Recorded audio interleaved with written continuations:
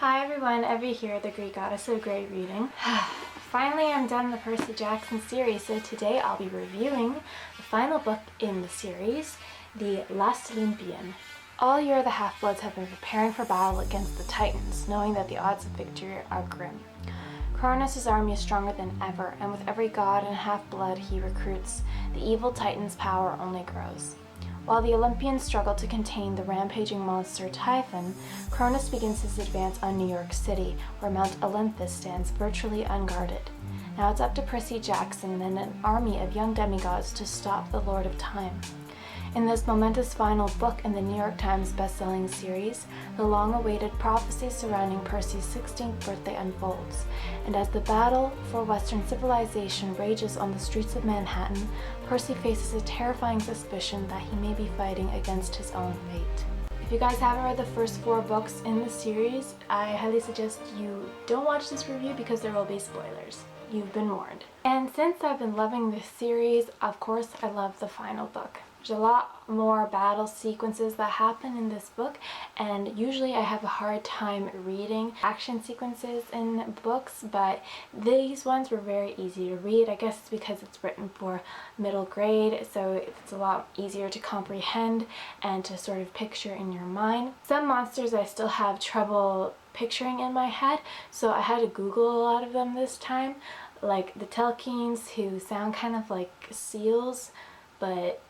not, I don't know, like demonic seals, and the Empusa, which I've never heard of before. I've never heard of a lot of these monsters before, but I had to look them up as well, and apparently they are real. The description of them sounds really ridiculous and far-fetched, but they actually look like the description that Riordan is writing. This book was great because we kind of see more gods and goddesses, minor ones that haven't really been playing a big role in the books, and they kind of come out here because Kronos has been recruiting the minor gods and goddesses to help in his cause, because they are kind of like the half-bloods that are angry at their godparents.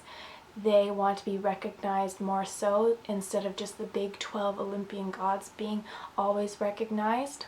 So they are fighting alongside Kronos. We also meet another Greek god that I seem to remember from reading other books about it, but she wasn't mentioned in the big 12 of all the Olympians. Hestia, who's the goddess of the hearth, the home. She watches fires, and Percy meets her in this book and has talk with her, and is shown a lot of visions of what has happened and what might happen. I really liked her character. She was very wise, I thought. Rachel Elizabeth Dare has a big part to play in this series, in this final book, and you know that Rick Riordan didn't just throw some random mortal into the story just to make it interesting, I guess. She does have this special power. I thought that maybe she was just a mortal girl that was just like cool. She had this sight so she could see everything, but she didn't really have any special powers. But as you'll see in this book, she has a really big role to play, and it comes in handy near the end of the book. We see a lot of Luke's past in this book because Percy is trying to understand what happened, what went wrong, why Luke is the way he is. Because of a reveal from the previous books, we find out that Kronos is now using Luke's body to walk on this earth, but only temporarily. So Percy doesn't really want to kill Luke, but if he has to, he will. But Annabeth is kind of forcing him to see all sides of things because she knows Luke a lot better than Percy does.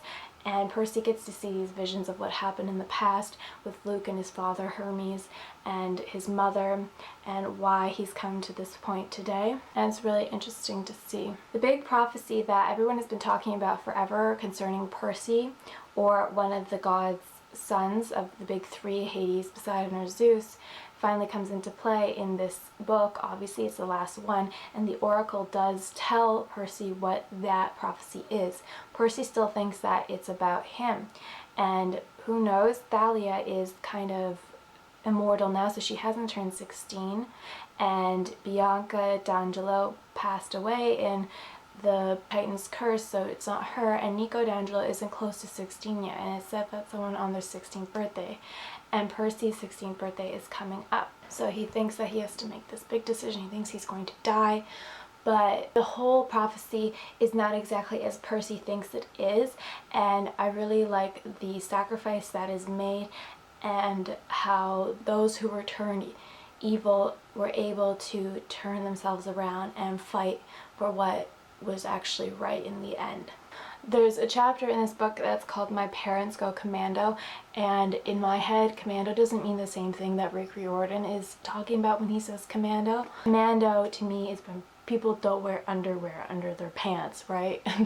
But commando to Rick Riordan was going and being in command and in control and fighting in the army, like in this book. Oh, Percy, My Parents Go Commando, when I see the title of this chapter, I'm just thinking to myself, that's gonna be weird. But no, it's nothing like that.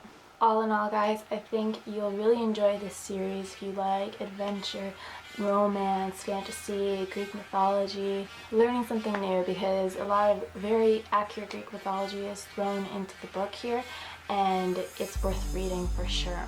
So guys, pick up all of Rick Riordan's Percy Jackson and the Olympian series as soon as you get a chance. Let me know what you guys thought about this book and the rest of the series in the comments below. My Twitter and my website are linked in the bio below, as well as the music that is featured on my videos, which is by my friend Lenny Papadopoulos. I'm going to link his SoundCloud page below as well. Hit subscribe if you guys like what you see. I'm Evie, the Greek goddess of great reading, and until next time, guys, keep reading.